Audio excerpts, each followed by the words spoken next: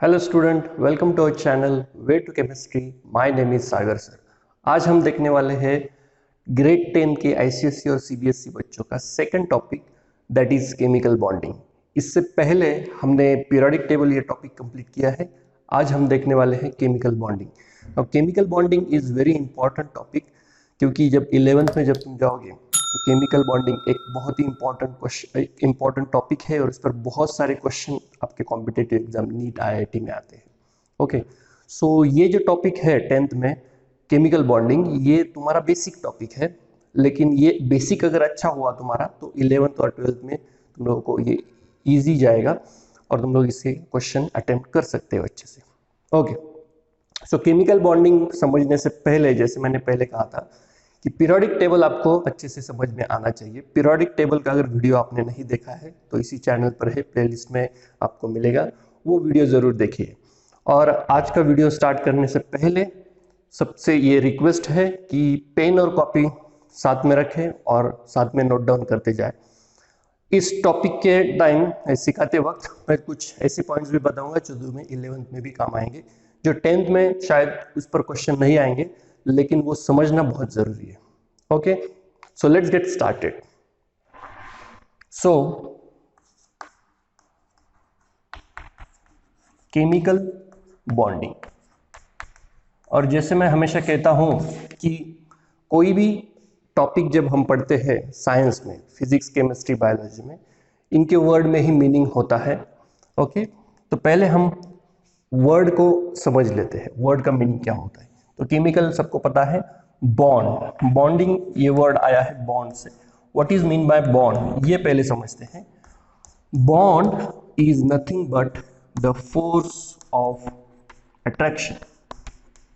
Bond ये क्या होता है, एक फोर्स ऑफ अट्रैक्शन होता है। जैसे दो मैग्नेट होते हैं, दो मैग्नेट के बीच में फोर्स ऑफ अट्रैक्शन होता है, वैसे ही फोर्स ऑफ अट्रैक्शन प्रेजेंट होता है किसमें, एटम्स में। ओके, एटम्स क्या होते हैं, atom is smallest particle of matter. Matter सबको पता है, सॉलिड, लिक्विड, गैस, एनीथिंग। अब ये मैटर किससे बनता है, एटम से बनता है। और एटम जो है वो बहुत तरीके के एटम से, मतलब जो 118 एलिमेंट्स है उतने एटम्स होते हैं, और ये क्या होते हैं, एक दूसरे के साथ कंबाइन होते हैं। ओके, और जब ये कंबाइन होते हैं, मतलब एक, दो या दो से ज्यादा एटम एक दूसरे के साथ कंबाइन होते हैं, तो उनके बीच में क्या फॉर्म होता है, फोर्स ऑफ अट्रैक्शन फॉर्म होता है। उसे ही हम क्या कहते हैं, बॉन्ड। तो हमारे टॉपिक का नाम क्या है, केमिकल बॉन्डिंग। ओके, तो केमिकल बॉन्ड जो है, ये जो बॉन्ड है सबसे इंपॉर्टेंट क्वेश्चन है। और साइंस पढ़ते वक्त ये हमेशा बात याद रखो कि कोई भी चीज, कोई भी प्रोसेस होती है, नेचर में जो भी कोई प्रोसेस होती है वो क्यों होती है, उसका ड्राइविंग फोर्स क्या है, ये आपको समझना बहुत इंपॉर्टेंट है। ये क्वेश्चन हर एक साइंस स्टूडेंट के दिमाग में पहले आना चाहिए कि सपोज ये बॉन्ड का टॉपिक है, तो बॉन्ड क्यों फॉर्म होते हैं, what is the reason behind for the formation of this bond. Okay, तो पहले ये समझते हैं हम लोग, फिर एक्चुअल हम टॉपिक स्टार्ट करेंगे। So why does the bond form. So reason is very simple, stability. Stability is the main driving force for the formation of bond. अब ये stability क्या होती है, ये हम देखते हैं। जब बॉन्ड फॉर्म होता है तो जो एटम, जिस एटम के बीच में सपोज दो एटम के बीच में बॉन्ड फॉर्म हो रहा है, तो वो दो एटम क्या हो जाते हैं, स्टेबल हो जाते हैं। Therefore bond is form between that two atoms. Okay, अब एक सिंपल रूल याद रखो, नेचर में जो भी चीजें होती है, नेचर में, वो हमेशा स्टेबिलिटी की ओर जाती है। अब तुम लोग नेचर में कोई भी एक प्रोसेस ऑब्जर्व करो, वो हमेशा स्टेबिलिटी की ओर ही जाएगी। जैसे वाटरफॉल है, वाटरफॉल में क्या होता है कि जो पानी है वो हमेशा ऊपर से नीचे गिरता है, करेक्ट है। तो नीचे जब आता है तो वो क्या हो जाता है, स्टेबल हो जाता है। ओके, कोई भी प्रोसेस हो, विंड हमेशा कहां से, हाई प्रेशर से लो प्रेशर तक फ्लो होता रहता है, कोई भी चीज है नेचर में। वैसे ही ये तो हो गई मैक्रोस्कोपिक प्रोसेसेस, लेकिन माइक्रोस्कोपिक प्रोसेस है, जैसे किसी सेल में, प्लांट के, एनिमल के सेल में जो भी प्रोसेस होती है, ओके, वो हमेशा स्टेबिलिटी की ओर जाती है। वैसे ही केमिस्ट्री में भी केमिकल बॉन्ड जो फॉर्म होते हैं, या केमिस्ट्री में कोई भी प्रोसेस आप कंसिडर करो, वो हमेशा स्टेबिलिटी चाहती है। हमेशा कोई भी प्रोसेस जब होती है तो जो प्रोडक्ट है उस प्रोसेस का वो क्या हो जाता है, स्टेबल हो जाता है। इसीलिए कोई भी प्रोसेस ऑकर होती है नेचर में। ये बिल्कुल मत भूलना, ये बात बहुत इंपॉर्टेंट है। ओके, तो अब हम देखते हैं, मैंने कहा कि बॉन्ड क्यों फॉर्म होता है, स्टेबिलिटी के लिए। स्टेबिलिटी, कौन स्टेबल होता है, एटम स्टेबल होता है। अब एटम कैसे स्टेबल होता है ये हम देखते हैं। दो फैक्टर है, अभी सिर्फ हम दो ही फैक्टर देखेंगे। वैसे बहुत सारे फैक्टर से एटम कैसे स्टेबल होता है जो तुम 11th और 12th में पढ़ोगे। पहला है ऑक्टेट रूल। अब ऑक्टेट रूल सबको पता है, 9th ग्रेड में आपने पढ़ा है ऑक्टेट रूल। ऑक्टेट रूल मतलब क्या है, किसी भी एटम के वैलेंस शेल में, okay, except first shell, second shell, third shell, इनमें जब 8 इलेक्ट्रॉन आते हैं, okay, octet means, octa means 8 electron जब आते हैं तो वो एटम क्या हो जाता है, स्टेबल हो जाता है। ओके, तो जब एटम ये स्टेबल हो जाता है, ओके, तो बॉन्ड क्यों फॉर्म होता है, स्टेबिलिटी के लिए। ओके, तो कोई भी एटम क्या करता है, अपने वैलेंस शेल में 8 इलेक्ट्रॉन लाने की कोशिश करता है। अब वो इलेक्ट्रॉन कैसे लाएगा, एक तो क्या कर सकता है वो एटम, इलेक्ट्रॉन एक्सेप्ट कर सकता है, या फिर इलेक्ट्रॉन डोनेट कर सकता है, या फिर इलेक्ट्रॉन शेयर कर सकता है। ये हम आगे देखेंगे। तो पहला फैक्टर क्या है कि कोई भी एटम अपने वैलेंस शेल में 8 इलेक्ट्रॉन लाने की कोशिश करता है तो वो क्या हो जाता है, स्टेबल हो जाता है। और जो सेकंड है, ओके, सेकंड फैक्टर क्या है कि जो एनर्जी है, जब बॉन्ड फॉर्म होता है, जैसे मैंने पीरियोडिक टेबल के चैप्टर में भी कहा था, जब बॉन्ड फॉर्म होता है किसी भी दो एटम के बीच में तो उसमें से क्या होती है, एनर्जी रिलीज होती है। ओके, और जब हमें बॉन्ड ब्रेक करना होता है तो हमें एनर्जी प्रोवाइड करनी पड़ती है। ओके, तो ये दो फैक्टर 10th ग्रेड के लिए तुम्हारे लिए काफी है। पहला है ऑक्टेट रूल। ऑक्टेट रूल मतलब 8 इलेक्ट्रॉन वैलेंस शेल में जब आते हैं तो वो एटम स्टेबल हो जाता है। दूसरा है एनर्जी।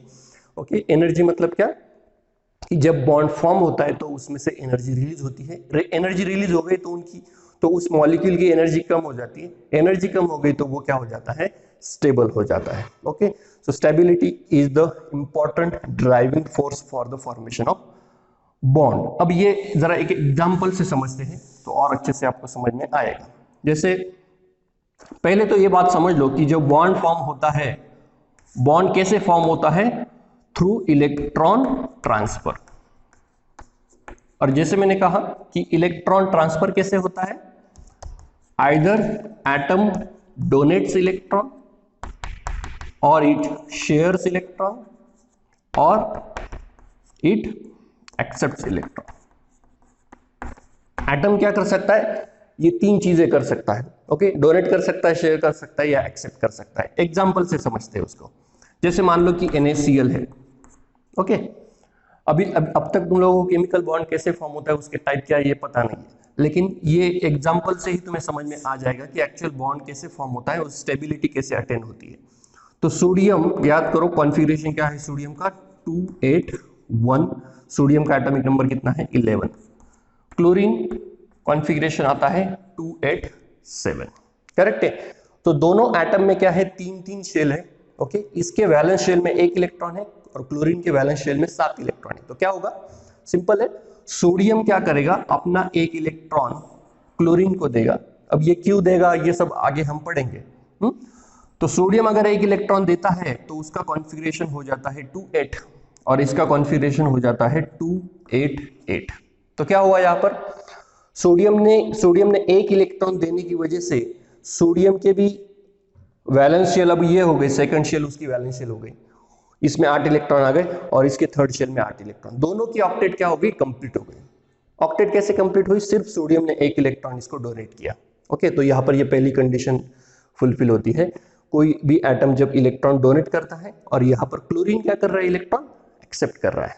ओके, तो ऑक्टेट कैसे अचीव होती है, आइदर डोनेटिंग इलेक्ट्रॉन और एक्सेप्टिंग इलेक्ट्रॉन और शेयरिंग इलेक्ट्रॉन। ओके, शेयरिंग क्या होती है हम जब कोवेलेंट बॉन्ड के टाइप देखेंगे तब समझ में आ जाएगा। ओके, यहां तक क्लियर है, कोई डाउट नहीं है। चलिए आगे बढ़ते हैं।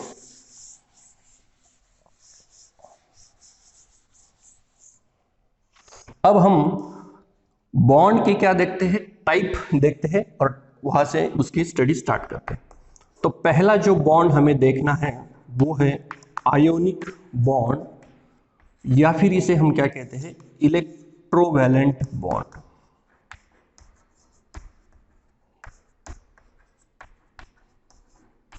इलेक्ट्रोवैलेंट बॉन्ड और आयोनिक बॉन्ड दोनों नाम याद रखो, किसी भी नाम से क्वेश्चन आ सकता है एग्जाम में। ओके, तो देखो वर्ड क्या इंडिकेट कर रहा है, पहले हम वर्ड का मीनिंग देखेंगे। Ionic bond, ionic means what, this word comes from ions, और आयंस तुम्हें पता है आयंस दो टाइप के होते हैं, positive ion, negative ion. Positive ion को क्या कहते हैं, कैटायन, निगेटिव आयन को क्या कहते हैं, एनायन।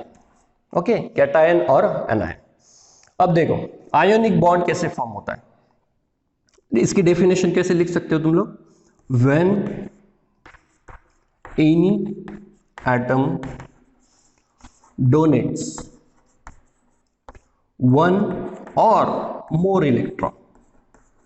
कोई भी एटम क्या कर सकता है, एक एटम एक इलेक्ट्रॉन या एक से ज्यादा इलेक्ट्रॉन डोनेट कर सकता है, किसको, when any atom donates one और more electron to another atom, to another atom द। अब इलेक्ट्रॉन डोनेट करने से एक एटम इलेक्ट्रॉन डोनेट करेगा तो दूसरा क्या करेगा, कोई ना कोई तो होगा ना जो एक्सेप्ट करेगा, करेक्ट है। ऐसा तो नहीं होगा कि ये इलेक्ट्रॉन डोनेट किया वो इलेक्ट्रॉन ऐसे ही चला जाएगा किधर भी, ऐसा नहीं होगा, कोई ना कोई एटम इसको एक्सेप्ट करेगा, जैसे NaCl के एग्जांपल में हमने देखा।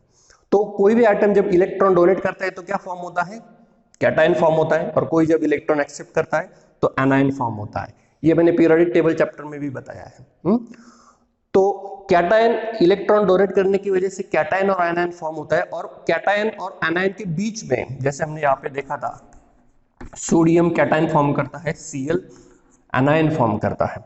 ओके, तो इनके बीच में क्या होता है, फोर्स ऑफ अट्रैक्शन फॉर्म होता है। ओके, तो क्या होगा, the force of attraction form between ions is known as a ionic bond. Okay, when any atom donates one or more electron, अब एक इलेक्ट्रॉन भी डोनेट हो सकता है, दो भी हो सकते हैं, तीन भी डोनेट हो सकते हैं to another atom, the due to which the force of attraction formed between ions is known as a ionic bond or electrovalent bond. Okay, definition clear हो गई, इसको एग्जांपल से समझते हैं। देखो जैसे हमने NaCl का एग्जाम्पल देखा, when sodium combines with Cl। Okay, अब सोडियम के पास कितने इलेक्ट्रॉन है, 2 8 1, ये इसका कॉन्फ़िगरेशन है, और क्लोरीन का है 2 8 7। तो मैं यहां पर वैलेंस इलेक्ट्रॉन शो करता हूं, ये जो डॉट दिख रहा है वो क्या है, सोडियम का एक वैलेंस इलेक्ट्रॉन, सिर्फ एक वैलेंस इलेक्ट्रॉन है। क्लोरीन के इसमें 7 वैलेंस इलेक्ट्रॉन है, तो मैं इसको क्रॉस से दिखाता हूं, ये एक एक क्रॉस मतलब क्या है, एक एक इलेक्ट्रॉन है। ओके, तो सोडियम क्या करता है, एक इलेक्ट्रॉन क्लोरीन को डोनेट करता है। सोडियम ने एक इलेक्ट्रॉन डोनेट किया तो उस पे ऊपर आएगा पॉजिटिव चार्ज, क्लोरीन ने एक इलेक्ट्रॉन एक्सेप्ट किया तो उस पर आएगा निगेटिव चार्ज। तो क्लोरीन के पास अब कितने इलेक्ट्रॉन हो गए, पहले 7 थे, अब एक इलेक्ट्रॉन ऐड हुआ सोडियम से तो कितने इलेक्ट्रॉन हो जाएंगे, 8 इलेक्ट्रॉन हो जाएंगे। और ये जब आयन फॉर्म होते हैं, Na plus cation, Cl minus anion, ये जब फॉर्म होते हैं तो इनके बीच में, पॉजिटिव निगेटिव के बीच में हमेशा क्या फॉर्म होता है, अट्रैक्शन फॉर्म होता है। तो ये जो फोर्स ऑफ अट्रैक्शन फॉर्म होगा Na प्लस और Cl माइनस के बीच में, उसे ही हम क्या कहेंगे, आयनिक बॉन्ड या फिर इलेक्ट्रोवैलेंट बॉन्ड। ओके, समझ में आया। ओके, अब इस पर क्वेश्चन कैसे आता है, इंपॉर्टेंट क्या है, एग्जाम में क्वेश्चन कैसे आता है। क्वेश्चन आ सकता है, define ionic bond, give example. Okay, तो ये एग्जांपल तुम दे सकते हो। दूसरा एग्जांपल देखते हैं, जैसे पहले एग्जांपल देखते हैं कौन से हैं। सो जैसे मैंने बताया NaCl है, KCl है, कैल्शियम ऑक्साइड, इसमें ऑक्साइड्स भी होते हैं, ऑक्साइड्स के भी कुछ एग्जांपल्स हैं। ओके,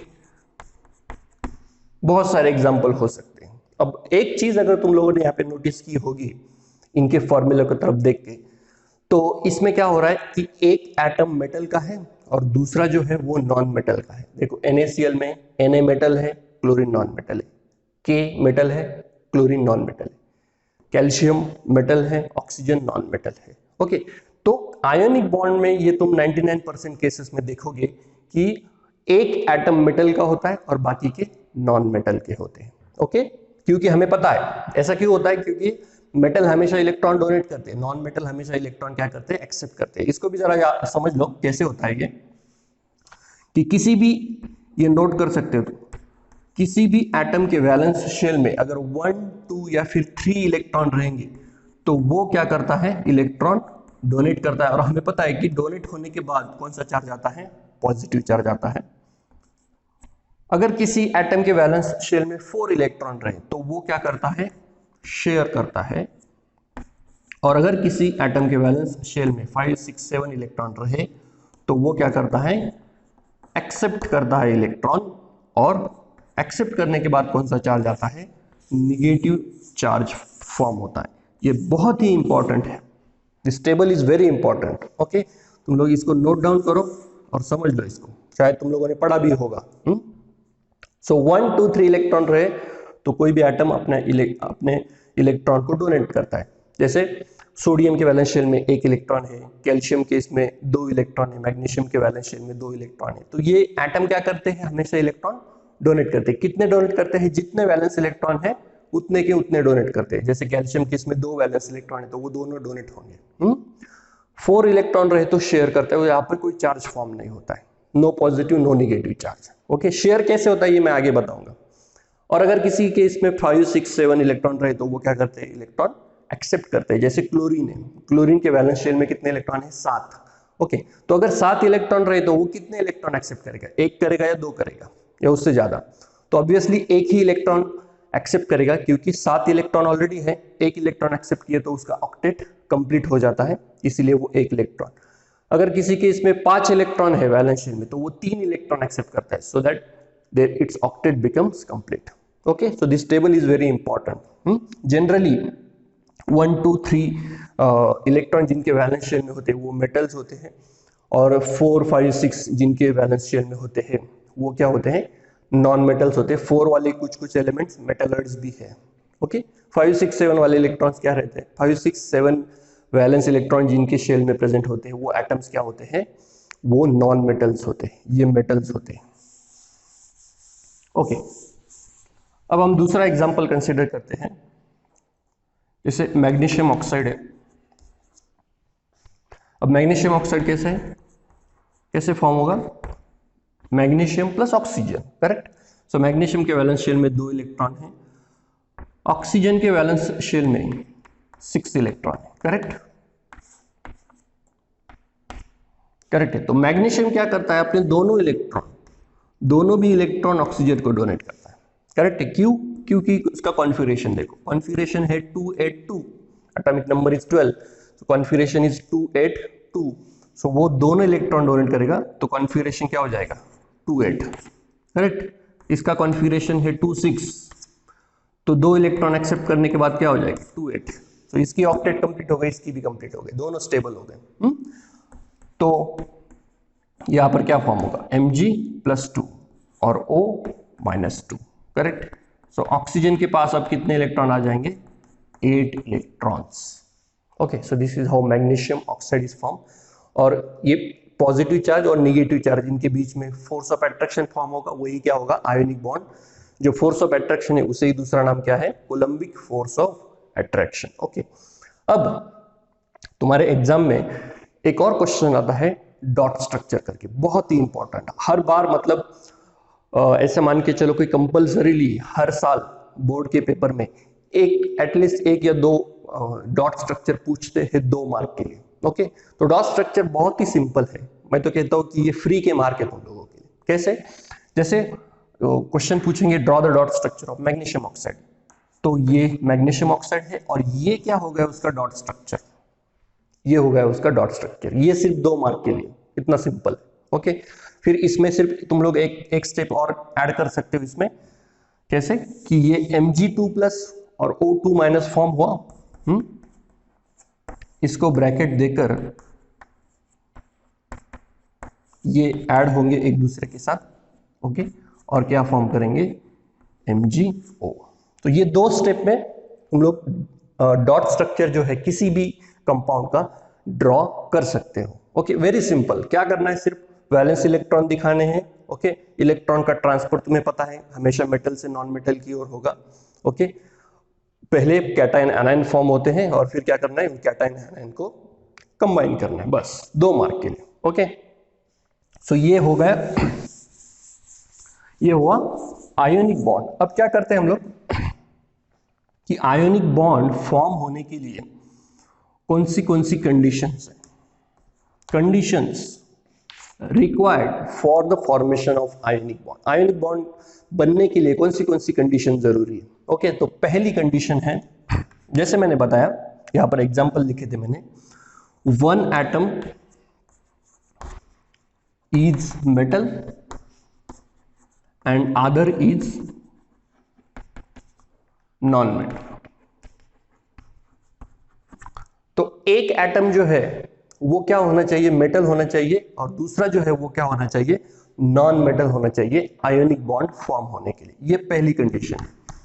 दूसरी कंडीशन है आयोनाइजेशन एनर्जी,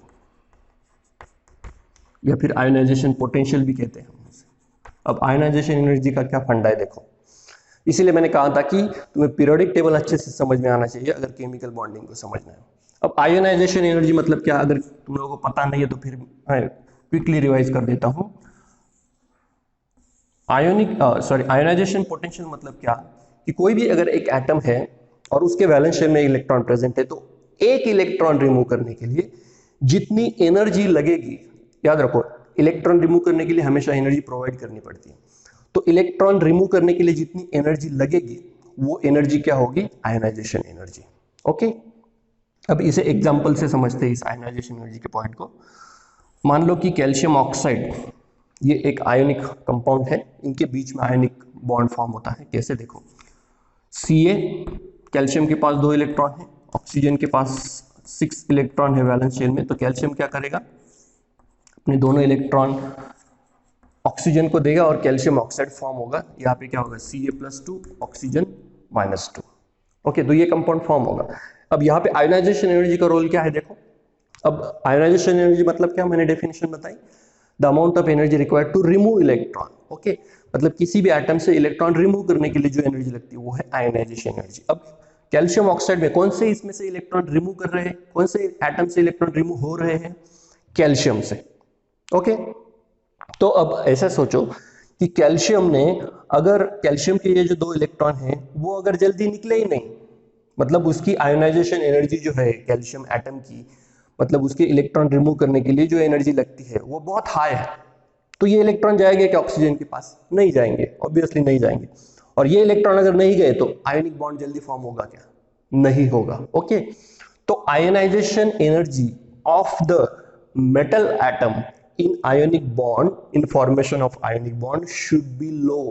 वो आयोनाइजेशन एनर्जी क्या होनी चाहिए, लो होनी चाहिए। किसकी लो होनी चाहिए, ये समझ में आना चाहिए। हाँ, किसकी या कम होनी चाहिए, मेटल की या नॉन मेटल की, तो मेटल की कम होनी चाहिए। ओके, मेटल की जनरली लो ही रहती है, क्योंकि हमने ट्रेंड देखा था left to right ionisation energy increase होती है, तो इसका मतलब लेफ्ट में जो मेटल्स प्रेजेंट है उनकी आयोनाइजेशन एनर्जी कम रहती है। लेकिन अगर वो किसी मेटल की आयोनाइजेशन एनर्जी ज्यादा है तो आयोनिक बॉन्ड इतना जल्दी फॉर्म नहीं होगा।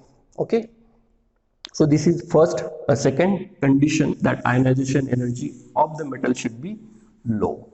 ओके, देन थर्ड कंडीशन है इलेक्ट्रॉन एफिनिटी। ये भी हमने पीरियोडिक टेबल में डिस्कस किया है। अब पहले समझ लो, जिनको पता नहीं है, इलेक्ट्रॉन एफिनिटी मतलब क्या। अगेन एक कंसीडर करो एक एटम। अब इलेक्ट्रॉन एफिनिटी आयोनाइजेशन एनर्जी के अपोजिट है। मतलब क्या कि बाहर से कोई भी एक इलेक्ट्रॉन अगर हमें किसी एटम में ऐड करना है, तो जब ये बाहर का इलेक्ट्रॉन एटम में ऐड होता है तो उसमें से क्या होती है, एनर्जी रिलीज होती है। एनर्जी रिलीज होती है, हमें प्रोवाइड नहीं करनी पड़ती। जब इलेक्ट्रॉन इस वैलेंस शेल में ऐड होता है तो एनर्जी क्या होती है, रिलीज होती है। मैंने पीरियोडिक टेबल में डिटेल में बताया है। अगर तुम लोग पता नहीं है कि इलेक्ट्रॉन ऐड होने के बाद एनर्जी कैसे रिलीज होती है, क्यों रिलीज होती है, ये हमने सब डिस्कस किया है। तो जब एनर्जी रिलीज होगी तो उससे क्या कहेंगे, उस एनर्जी को इलेक्ट्रॉन एफिनिटी। ओके, अब अगेन दूसरा एक एग्जांपल कंसीडर करते हैं। मान लो CaCl2 है, या फिर CaF2 कंसीडर करो। CaF2 तो कैल्शियम क्या करेगा, कैल्शियम के पास 2 इलेक्ट्रॉन है, और फ्लोरीन, फ्लोरीन के यहां पर 2 एटम है। देखो तो मैं यहां पे 2 एटम ड्रॉ करता हूं। ओके, तो फ्लोरीन के पास वैलेंस शेल में कितने इलेक्ट्रॉन होते हैं, 7 इलेक्ट्रॉन। ओके, तो कैल्शियम क्या करेगा, 1 इलेक्ट्रॉन इस फ्लोरीन को डोनेट करेगा, 1 इलेक्ट्रॉन इस फ्लोरीन को डोनेट करेगा। करेक्ट है। पिछले एग्जांपल में हमने देखा ऑक्सीजन था कैल्शियम के साथ, तो वहां पे एक ही ऑक्सीजन था, इसलिए दोनों इलेक्ट्रॉन एक ही ऑक्सीजन को डोनेट हुए। लेकिन यहाँ पे 2 फ्लोरीन है, इसलिए 1 इलेक्ट्रॉन इस फ्लोरीन को, 1 इलेक्ट्रॉन इस फ्लोरीन को जाएगा। ओके, तो क्या फॉर्म होगा, Ca+2 फॉर्म होगा, और फ्लोरीन कितने फॉर्म होंगे, 2 फ्लोरीन, 2F- फॉर्म होंगे, क्योंकि फ्लोरीन पर 1 इलेक्ट्रॉन एक्सेप्ट किया तो नेगेटिव चार्ज आएगा। करेक्ट, और 2 फ्लोरीन है इसलिए मैंने यहाँ पे 2F- लिखा है। करेक्ट है। तो इनके बीच में क्या होगा, Coulombic force of attraction, that is ionic bond form होगा। अब यहाँ पे इलेक्ट्रॉन एफिनिटी का कैसे रोल आता है कि देखो, इलेक्ट्रॉन एफिनिटी मतलब क्या, इलेक्ट्रॉन ऐड हो रहा है किसी एटम में। अब इसमें इलेक्ट्रॉन कौन से एटम में ऐड हो रहा है, यहां पर नॉन मेटल में, फ्लोरीन में इलेक्ट्रॉन ऐड हो रहा है। तो इलेक्ट्रॉन एफिनिटी अगर बहुत ज्यादा है, इसका मतलब पहले ये समझ लो, इलेक्ट्रॉन एफिनिटी ज्यादा होती है तो क्या होता है, इलेक्ट्रॉन एफिनिटी कम होती है तो क्या होता है, जब ये इलेक्ट्रॉन वैलेंस शेल में ऐड होता है एटम के, तो क्या होता है, उसमें से एनर्जी रिलीज होती है।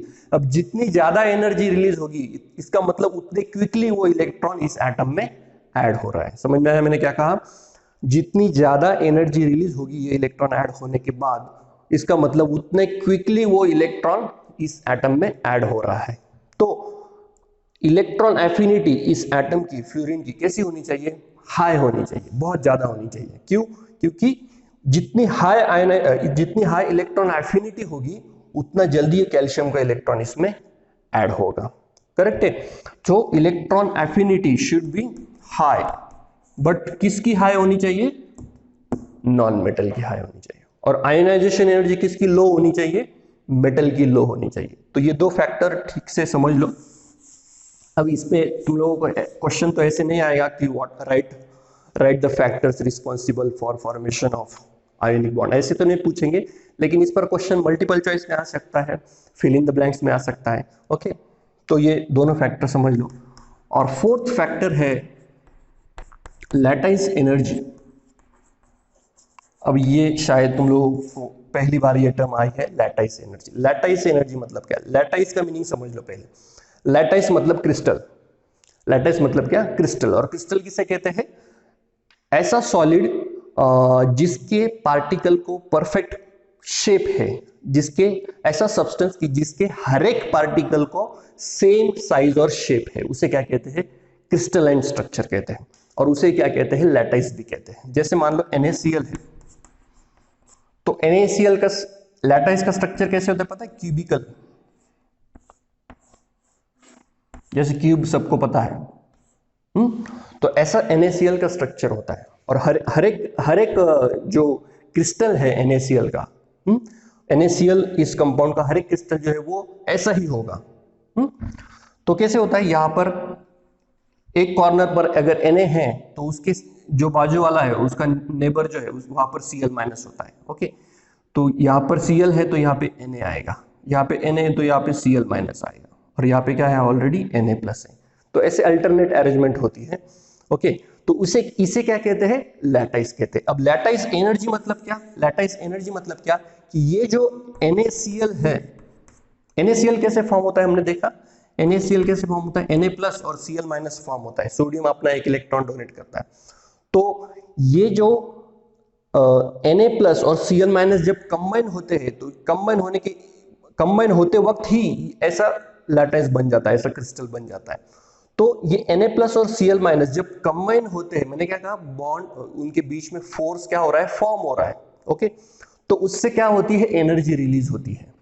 Okay, So lattice energy means what? The amount of energy released when a crystal is formed, a lattice is formed. और lattice कैसे form होता है? When cation combines with anion. समझ में आया lattice energy मतलब क्या?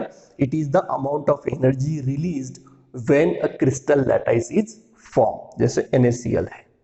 ओके तो जैसे इलेक्ट्रॉन एफिनिटी में हमने देखा कि कोई भी इलेक्ट्रॉन जब वैलेंस शेल में ऐड होता है तो उसमें से एनर्जी रिलीज होती है, वैसे ही कोई भी क्रिस्टल लैटिस जब फॉर्म होता है, मतलब कि कोई भी आयोनिक कंपाउंड फॉर्म होता है, आयोनिक कंपाउंड जनरली क्रिस्टलाइन के नेचर के ही होते हैं, कोई भी NaCl नहीं, कोई भी एग्जांपल लो, कैल्शियम क्लोराइड लो, कैल्शियम ऑक्साइड लो, मैग्नीशियम ऑक्साइड लो, ये जब फॉर्म होते हैं तो एक परफेक्ट क्रिस्टल लैटिस फॉर्म होता है। तो जब वो फॉर्म होता है तो उसमें से क्या होती है? एनर्जी रिलीज होती है। अब जितनी ज्यादा एनर्जी रिलीज होगी, ओके, उतना वो क्रिस्टलाइन लैटिस क्या होगा? स्टेबल होगा। ये समझ लो एक बात, एनर्जी का जरा थोड़ा सा समझ लो, क्योंकि एनर्जी का रोल बहुत ही इंपॉर्टेंट है और सबके पीछे एनर्जी ही होती है। जितनी भी प्रोसेस होती है ना केमिस्ट्री में, सबके पीछे एनर्जी होती है। फिजिक्स पढ़ो, फिजिक्स में भी एनर्जी इन्वॉल्व है, बायोलॉजी में, इवन बायोलॉजी में भी एनर्जी इन्वॉल्व है। सो जितनी ज्यादा एनर्जी रिलीज होगी इसमें से, उतना वो क्या होगा? स्टेबल होगा। करेक्ट। जैसे इलेक्ट्रॉन एफिनिटी पे भी हमने देखा, जितनी ज्यादा एनर्जी रिलीज होगी, ओके, उतनी उसकी इलेक्ट्रॉन एफिनिटी क्या होती है? ज्यादा होती है, उतना वो जल्दी क्विकली इलेक्ट्रॉन एक्सेप्ट करता है। ओके, वैसे ही लैटिस एनर्जी जितनी ज्यादा होगी उतना वो क्विकली फॉर्म होगा। Okay okay, so for the formation of ionic bond the lattice energy must be very high. Okay, so बच्चों ये 4 पॉइंट्स है, 4 कंडीशंस है आयोनिक बॉन्ड के फॉर्मेशन के लिए। ओके, पहली क्या देखी हमने? एक एटम मेटल होना चाहिए, दूसरा नॉन मेटल होना चाहिए, दूसरी क्या? Ionisation energy. अब आयोनाइजेशन एनर्जी ये जब तुम लोग याद करोगे तो याद रखो कि ये आयोनाइजेशन एनर्जी हम मेटल के लिए डिस्कस करते हैं, क्योंकि आयोनाइजेशन एनर्जी मतलब क्या? इलेक्ट्रॉन रिमूव करने के लिए जितनी एनर्जी लगती है, और आयोनिक बॉन्ड में इलेक्ट्रॉन किससे रिमूव होता है? मेटल से रिमूव होता है। So ionization energy of the metal atom in ionic bond should be low. Electron affinity of the non-metal in ionic bond should be high, and lattice energy of the overall crystal should be high. Okay, so these are the 4 factors. अब देखो last part जो है ionic bond का, वो है जब किसी भी कंपाउंड में आयोनिक बॉन्ड फॉर्म होता है तो उसे हम क्या कहते हैं? आयोनिक कंपाउंड या फिर इलेक्ट्रोवैलेंट कंपाउंड। मतलब जैसे हमने NaCl का एग्जांपल देखा, कैल्शियम क्लोराइड का देखा, मैग्नीशियम ऑक्साइड, कैल्शियम ऑक्साइड, ये सारे क्या कहलाते हैं? आयोनिक कंपाउंड कहलाते हैं या फिर इलेक्ट्रोवैलेंट कंपाउंड कहलाते हैं। क्यों? क्योंकि उनके बीच में कौन सा बॉन्ड प्रेजेंट है? Ionic bond. ओके, तो उनकी प्रॉपर्टीज अब हम लोग जरा देखते हैं। Properties of ionic compound. So the first property is nature. अब ये आगे बहुत बार आएगा तुम्हें 11th-12th में। नेचर मतलब क्या? किसी भी कंपाउंड की, जो भी कंपाउंड फॉर्म होता है उसकी स्टेट क्या फॉर्म होगी, whether it is solid, liquid और गैस, उसे क्या कहते हैं? उसका नेचर। ओके, सो जो आयोनिक कंपाउंड फॉर्म होते हैं उनका नेचर ज्यादातर 99% केसेस में क्या होता है? Solid. Okay, so nature of the ionic compound is solid. Second, melting point and boiling point. Melting point and boiling point. अब मेल्टिंग पॉइंट आई होप पता होगा, मेल्टिंग पॉइंट और बॉइलिंग पॉइंट सबको क्या होता है, फिर भी एक बार बता देता हूं मैं। मेल्टिंग पॉइंट, बॉइलिंग पॉइंट एकदम सिंपल है। मेल्टिंग पॉइंट हम लोग लेते हैं किसी भी सॉलिड का, बॉइलिंग पॉइंट लेते हैं हम लोग किसी भी लिक्विड का। ओके, मेल्टिंग पॉइंट मतलब क्या होता है? मेल्ट। मेल्ट का मीनिंग क्या है? मेल्ट मतलब क्या? किसी भी सॉलिड को जब हम हीट करते हैं तो वो क्या होता है? सॉलिड स्टेट से लिक्विड स्टेट में कन्वर्ट होता है, मतलब वो उसका क्या हो जाता है? मेल्ट होता है। हम लोग बोलते हैं ना आइसक्रीम खाते वक्त कि मेरा आइसक्रीम मेल्ट हो गया है, इसका मतलब क्या हुआ? वो सॉलिड स्टेट में था पहले, अब लिक्विड स्टेट में गया। Okay, so melting point means what? Melting point का मतलब होता है कि ऐसा टेम्परेचर, पॉइंट, यहां पर वर्ड क्या यूज किया है? पॉइंट मतलब क्या? एक particular temperature, the temperature at which a solid substance is converted into the liquid state, and that temperature is known as its melting point. Suppose अगर हमने NaCl का एग्जांपल कंसीडर किया तो NaCl जो है वो मेल्ट होता है अराउंड, एग्जैक्ट वैल्यू याद नहीं है मुझे, 1100 डिग्री सेल्सियस पर। ओके, जैसे ही टेम्परेचर, हम लोग NaCl को हीट कर रहे हैं, जैसे ही टेम्परेचर 1100 डिग्री रीच होगा वो डायरेक्टली सॉलिड से लिक्विड स्टेट में कन्वर्ट हो जाएगा। ओके, तो वो टेम्परेचर 1100 डिग्री सेल्सियस क्या हुआ, NaCl का क्या हुआ, मेल्टिंग पॉइंट। वैसा हर एक कंपाउंड जो है, हर एक कंपाउंड का मेल्टिंग पॉइंट जो है वो अलग अलग होता है। मतलब मेल्टिंग बॉइलिंग पॉइंट ये क्या है, उस कंपाउंड की क्या हो गई, प्रॉपर्टीज हो गई। जैसे मेरी हाइट है, मेरी हाइट क्या है, मेरी प्रॉपर्टी है। जैसे मेरी हाइट 6 फीट है, ओके, तो 6 फीट हाइट ये मेरी क्या हो गई, प्रॉपर्टी हो गई। ओके, वैसे ही कंपाउंड की भी क्या होती है, पर्टिकुलर प्रॉपर्टी होती है। जैसे हम लोग बोलते हैं काला है, आदमी काला है, गोरा है, ओके, वैसे ही कंपाउंड की क्या होती है, कंपाउंड भी काला है, गोरा है। मतलब कैसे, कंपाउंड काला गोरा नहीं होता, लेकिन उसके मेल्टिंग पॉइंट बॉइलिंग पॉइंट से डिसाइड करते हैं, ये क्या है, उसकी प्रॉपर्टी है। ओके, ये मेल्टिंग पॉइंट हुआ सॉलिड के लिए, वैसे ही लिक्विड के लिए बॉइलिंग पॉइंट होता है। लिक्विड के लिए बॉइलिंग पॉइंट कैसे मेजर करते हैं, लिक्विड लेते हैं और उसको हीट करते हैं, और जिस टेम्परेचर पर वो लिक्विड स्टेट से गैसियस स्टेट में कन्वर्ट होगा उसे क्या बोलेंगे हम, बॉइलिंग पॉइंट। वो टेम्परेचर उस लिक्विड का क्या होगा, बॉइलिंग पॉइंट। अब नेचर हमने देखा कि सारे आयनिक कंपाउंड सॉलिड स्टेट में होते हैं, तो हम लोग मेल्टिंग पॉइंट समझ सकते हैं। लेकिन बॉइलिंग पॉइंट क्यों लिया यहाँ पर, क्योंकि जब कोई भी सॉलिड जब मेल्ट होता है तो वो लिक्विड स्टेट में होता है, और उस लिक्विड को अगर अगर अगेन हमने हीट किया तो वो क्या कहलाएगा, उसका बॉइलिंग पॉइंट कहलाएगा। या फिर कुछ आयनिक कंपाउंड जो है, रेयर एग्जांपल्स है बहुत, जो लिक्विड स्टेट में भी होते हैं, तो उनके लिए भी हम लोग बॉइलिंग पॉइंट कंसीडर कर सकते हैं।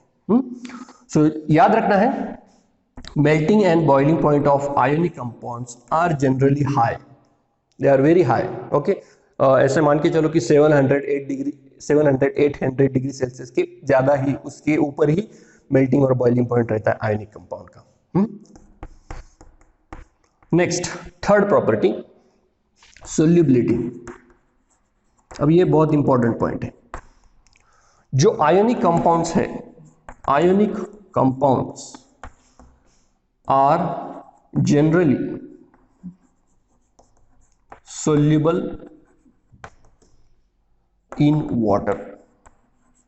अब वाटर ही हमने क्यों लिया यहाँ पे, दूसरा कोई लिक्विड नहीं ले सकते, क्या ले सकते हैं, लेकिन वाटर हमें पता है water is a universal solvent. Okay, that's why water हमने यहाँ पे लिया है।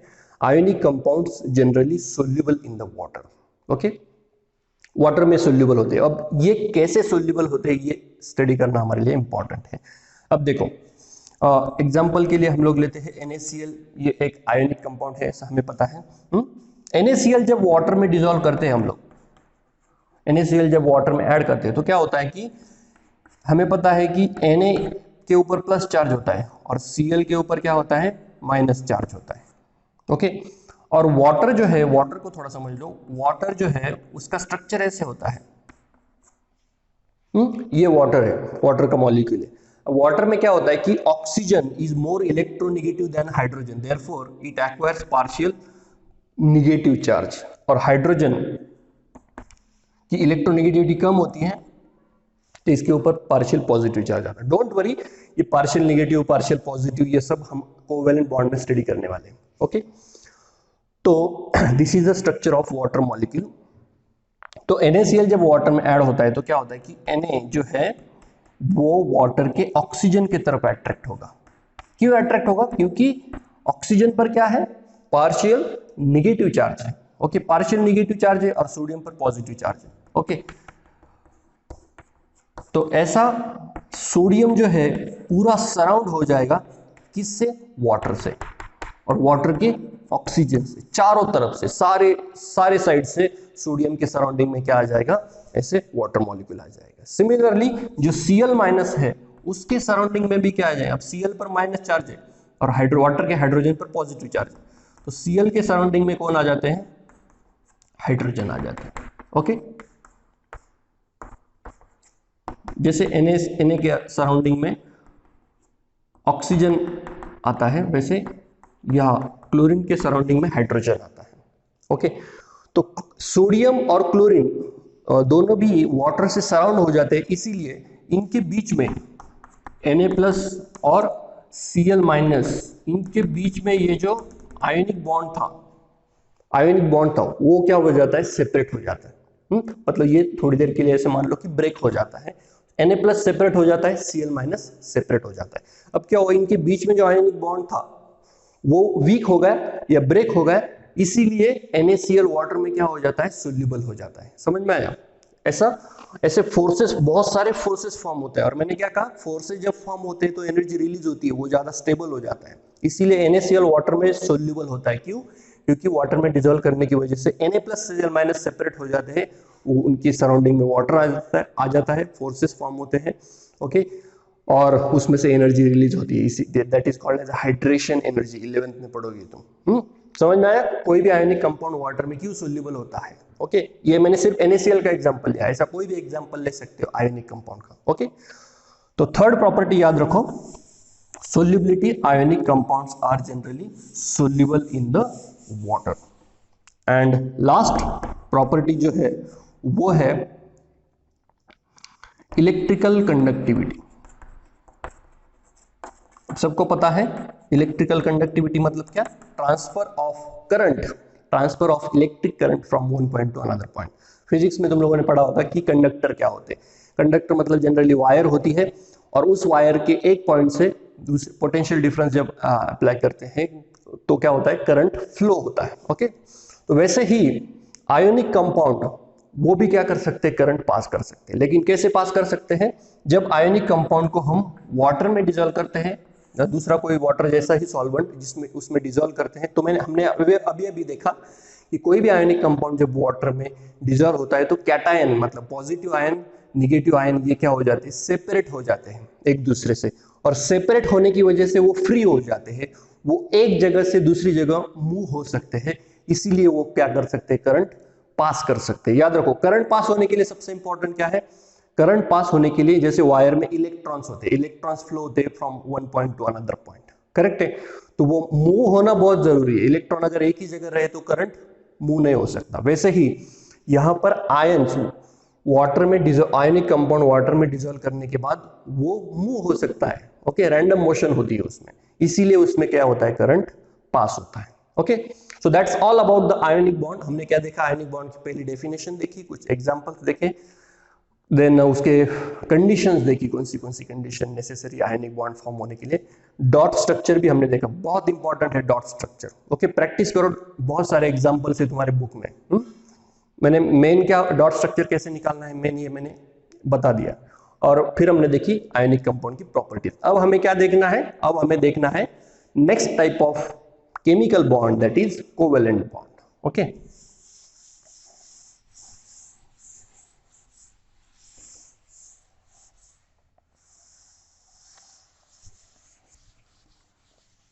सो जो सेकेंड बॉन्ड है वो है covalent bond.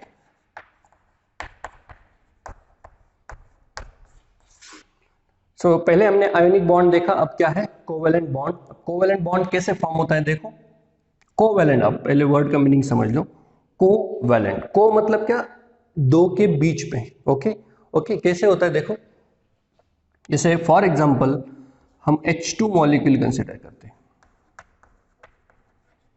Okay, hydrogen molecule सबको पता है।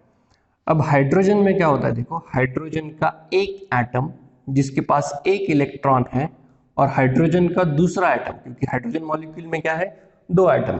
तो हाइड्रोजन के ये जो दो एटम्स है, इनके बीच में देखो इस दोनों के पास एक एक इलेक्ट्रॉन है, तो वो क्या करते हैं, जैसे आयोनिक बॉन्ड में हमने देखा कि ये एटम इलेक्ट्रॉन क्या होते हैं, शेयर होते हैं, सॉरी शेयर नहीं, डोनेट होते हैं एक एटम से, और दूसरा क्या करता है, एक्सेप्ट।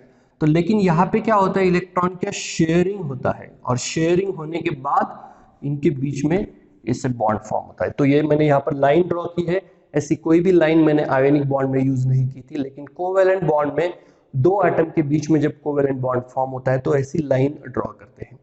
अब ये लाइन मतलब क्या हुआ, कितने इलेक्ट्रॉन आए देखो, दो इलेक्ट्रॉन, मतलब एक इलेक्ट्रॉन इस हाइड्रोजन का और एक इलेक्ट्रॉन इस हाइड्रोजन का। याद रखो हमेशा एक कोवेलेंट बॉन्ड में कितने इलेक्ट्रॉन्स होते हैं, दो इलेक्ट्रॉन्स होते हैं, ओके।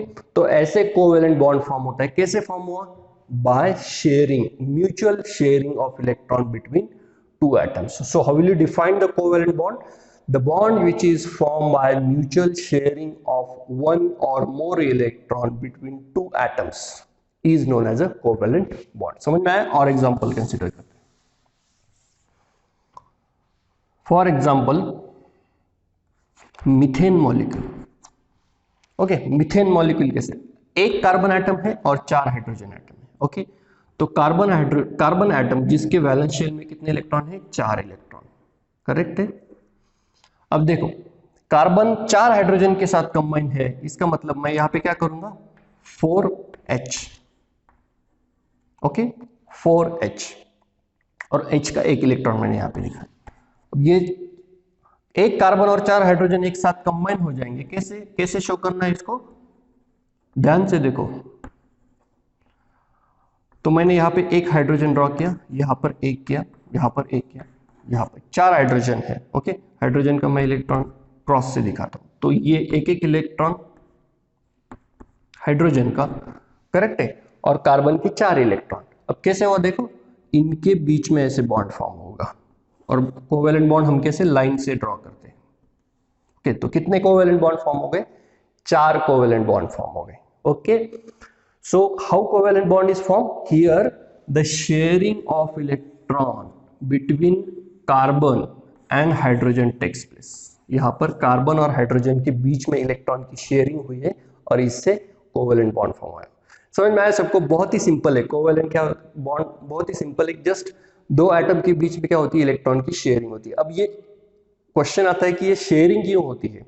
आयोनिक बॉन्ड में तो हमने देखा कि एक एटम इलेक्ट्रॉन डोनेट करता है दूसरे को और दूसरा एक्सेप्ट करता है, तो क्या होता है? इलेक्ट्रॉन डोनेट करने से इसकी भी, पहले वाले जो डोनेट करता है उसकी ऑक्टेट कंप्लीट होती है, और दूसरा वाला जो एक्सेप्ट करता है उसकी भी ऑक्टेट कंप्लीट होती है। यहां पर क्या हो रहा है? यहां पर भी ऑक्टेट कंप्लीट हो रहा है। अगर तुम लोग ध्यान से देखो तो कार्बन के पहले 4 इलेक्ट्रॉन थे, करेक्ट है, करेक्ट है। अब कार्बन ने क्या किया? 4 हाइड्रोजन के साथ बॉन्ड फॉर्म किया है, मतलब 4 इलेक्ट्रॉन, 4 हाइड्रोजन के 4 इलेक्ट्रॉन कार्बन के पास आ गए हैं। ओके, अब यहाँ पे ठीक से समझ लो, शेयरिंग जो वर्ड है इसको समझ लो ठीक से। यहाँ पर इलेक्ट्रॉन की शेयरिंग हो रही है, मतलब ये जो 2 इलेक्ट्रॉन हैं ये कार्बन के पास भी है और हाइड्रोजन के पास भी है। शेयरिंग किसे कहते हैं? हम लोग अपने फ्रेंड्स को मदद करते हैं, जैसे शेयर करते हैं कुछ भी चीज। जैसे हमारे फ्रेंड्स को अगर पैसे की जरूरत है सपोज, तो हम क्या करते हैं? उसको पैसे देते हैं, लेकिन वो पैसे वापस लेते हैं हम लोग, वो फ्रेंड आपको पैसे वापस करता है, करेक्ट है। तो ये क्या हो गई? शेयरिंग होती है, मतलब वो जो पैसे आप उसे देते हैं और वो आपको देता है, वो क्या हो गए? कॉमन हो जाते कुछ टाइम के लिए, उसको आपके भी होते हैं और वो उसके भी होते हैं, करेक्ट है। लेकिन कुछ फ्रेंड्स होते हैं वो, उनसे बच के रहना। वो एक बार आपने उनको पैसे दे दिए तो वो कभी वापस नहीं मिलते, वो पैसे भूल जाना है। तो वो हो गया आयनिक टाइप का बॉन्ड। और शेयरिंग जो बेचारा आपका अच्छा फ्रेंड है जो आपको वापस करता है, वो आपका कोवेलेंट फ्रेंड है। ओके, सो इससे रिलेट कर सकते हो। तो यहाँ पर देखो, कार्बन के 4 इलेक्ट्रॉन खुद के और हाइड्रोजन के ये 4 इलेक्ट्रॉन, 4 और 4 कितने हो गए? 8। तो यहाँ पे कार्बन की क्या हो गए? ऑक्टेट कंप्लीट हो गई। और हाइड्रोजन तो ऑक्टेट नहीं कंप्लीट कर सकता क्योंकि उसके पास एक ही शेल है। तो फर्स्ट शेल, हाइड्रोजन की जो फर्स्ट शेल है, तो फर्स्ट शेल में कितने इलेक्ट्रॉन होते हैं? 2 इलेक्ट्रॉन, क्योंकि फर्स्ट शेल की कैपेसिटी सिर्फ 2 इलेक्ट्रॉन, तो अपना डुप्लेट कंप्लीट कर सकते हैं। 2 इलेक्ट्रॉन मतलब डुप्लेट। तो हाइड्रोजन देखो, हाइड्रोजन के पास खुद का एक इलेक्ट्रॉन और ये कार्बन का एक इलेक्ट्रॉन, तो यहां पर इस हाइड्रोजन की डुप्लेट कंप्लीट हो चुकी है। तो हाइड्रोजन भी स्टेबल, कार्बन भी स्टेबल, करेक्ट है। आपने आपके फ्रेंड्स को पैसे दिए तो आपको भी अच्छा लगेगा कि मैंने फ्रेंड की हेल्प की, और उसको भी अच्छा लगेगा चलो मेरा काम हो गया। ओके, सो यहाँ पर म्यूचुअल शेयरिंग है इलेक्ट्रॉन की। ओके, अब मैंने ऐसे ड्रॉ किया, तो ये क्या हुआ? डॉट स्ट्रक्चर इसका, मीथेन का, ये मीथेन का डॉट स्ट्रक्चर हुआ 2 मार्क के लिए। ओके, मैंने कहा था आयनिक बॉन्ड में। ओके, कितना सिंपल है, 2 मार्क मैं तो बोलता हूँ फ्री के मार्क से। ओके, बहुत ही सिंपल है। इसको, ये क्वेश्चन अगर आया एग्जाम में तो इसको छोड़ना नहीं है बिल्कुल, और पूरे के पूरे मार्क लेने उसके। और ऐसे दो डॉट स्ट्रक्चर पूछते हैं, मतलब 4 मार्क। ओके, तो ये मीथेन का हुआ। वैसे ही हम लोग बाकी कोवेलेंट का भी निकाल सकते हैं।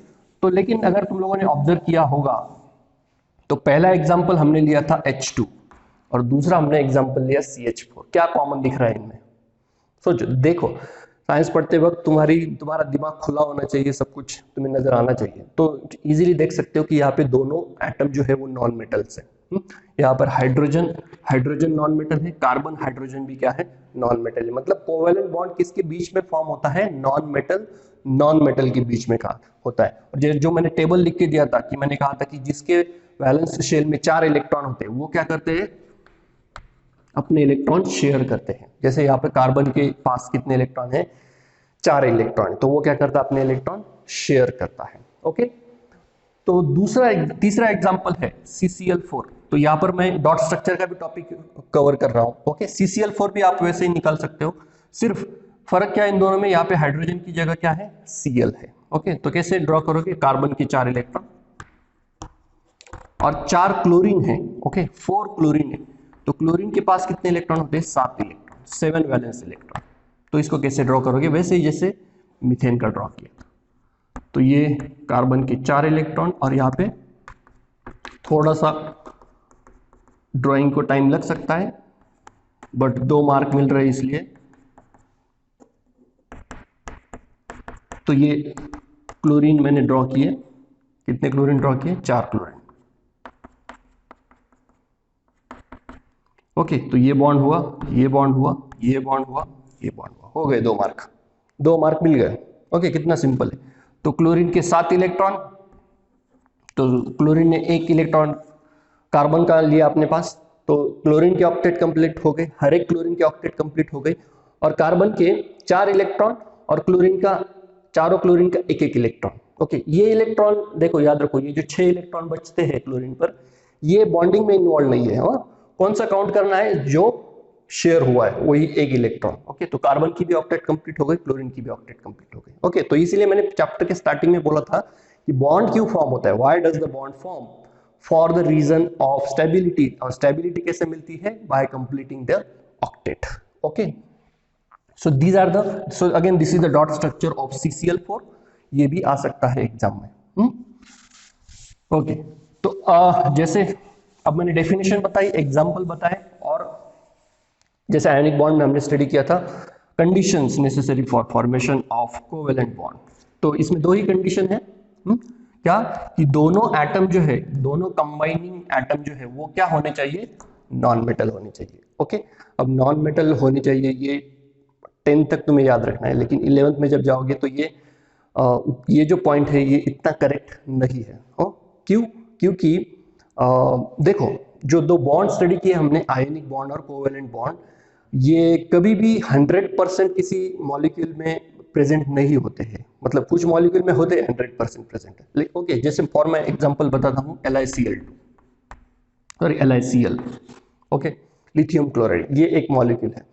अब इसमें जो बॉन्ड है लिथियम और क्लोरीन के बीच में, इस बॉन्ड में कुछ कैरेक्टर कोवेलेंट है, मतलब थोड़ा सा बॉन्ड ये कोवेलेंट है और थोड़ा सा आयनिक है। तो इसको कैसे समझोगे, कि तुम आगे पढ़ोगे 11th में, लेकिन मैं बताने की कोशिश क्या कर रहा हूं कि 100% कोवेलेंट बॉन्ड और 100% आयनिक बॉन्ड कुछ ही कंपाउंड में प्रेजेंट होते हैं। ज्यादातर जो बॉन्ड होते हैं कंपाउंड के बीच में, मॉलिक्यूल के बीच में, वो उस बॉन्ड में कुछ कैरेक्टर कोवेलेंट का होता है, कुछ कैरेक्टर आयनिक बॉन्ड का होता है।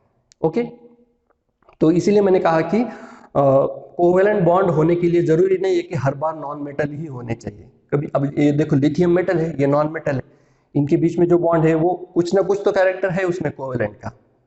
समझ में आ रहा है? ओके, सो ये तुम आगे पढ़ोगे, कोवेलेंट कैरेक्टर, आयनिक कैरेक्टर कैसे निकालते हैं।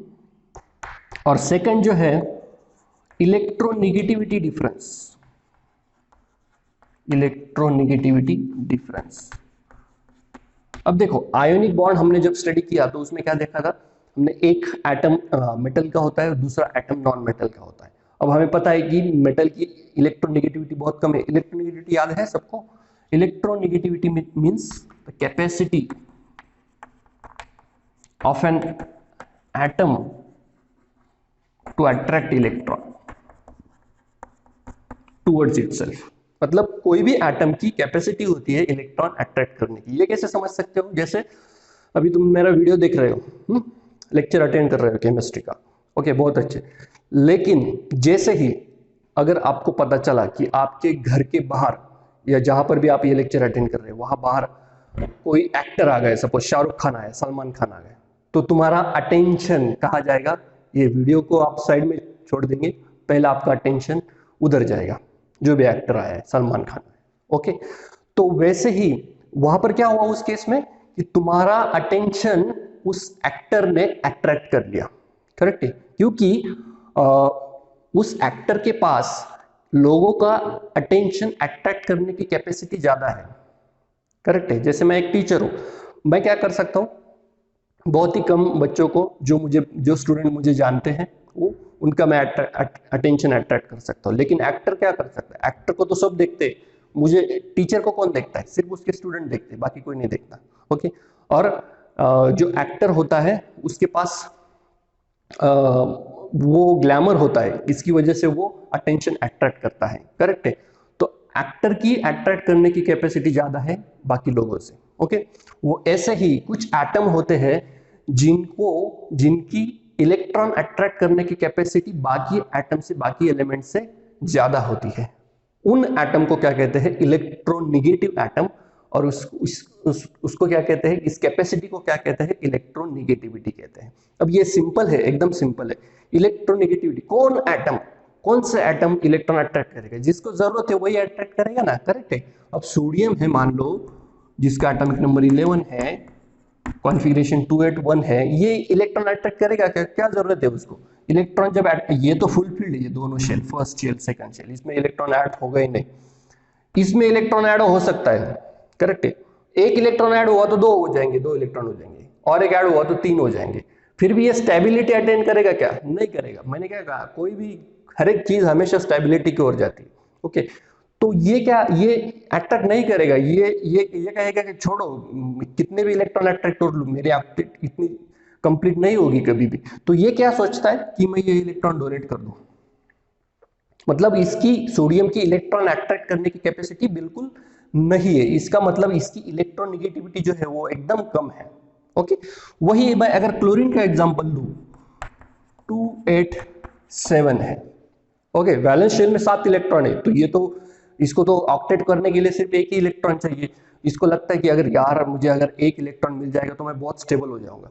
तो ये क्या करता है कि एक इलेक्ट्रॉन बहुत क्विकली कैसे भी करके एक इलेक्ट्रॉन अट्रैक्ट करता है।